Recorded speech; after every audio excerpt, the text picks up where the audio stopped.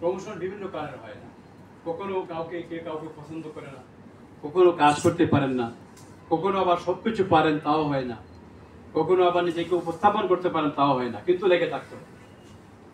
আরেকভাবে পাবেন। আবার দেখবেন কখনো আপনাকে কেউ অপমানিত করে আপনি জবাব দিতে পারছেন না, অন্যভাবে আপনাকে আবার আরেক জায়গায় বা ওই জায়গায় মূল্যায়িত হবে, আপনার মিলিয়ে নেবেন, আপনি মূল্যায়ন পাবেন। এটি হচ্ছে বিষয়, এটি সবার জন্য, সব মানুষের জন্য, কিন্তু রিটায়ার্ডের জন্য না। আরেকটি হচ্ছে শুধুমাত্র যারা এই চাকরিতে আছেন, আমি মনে করি তাদের জন্য বেশি জরুরি। সিনিয়র আছে, জুনিয়র আছে, আবার বস আছে।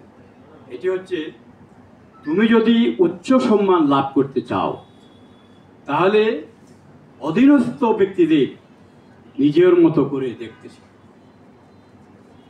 মানে আমরা হলাম এখন যে যত বড় তত বড় শক্তি দেখানো, এটি করবা না।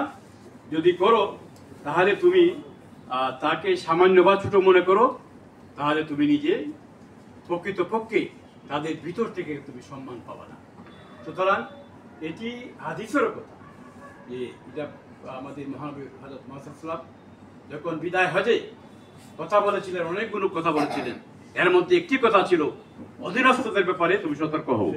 আমার শেষটা, অধীনস্থদের ব্যাপারে তুমি সতর্ক হও। সুতরাং আমরা সবাই আমি আবারও সবার কল্যাণ কামনা করছি এবং আমাদের ডাকে আপনারা এখানে উপস্থিত হয় আমি সকলের পক্ষ থেকে, আমাদের মঞ্চের পক্ষ থেকে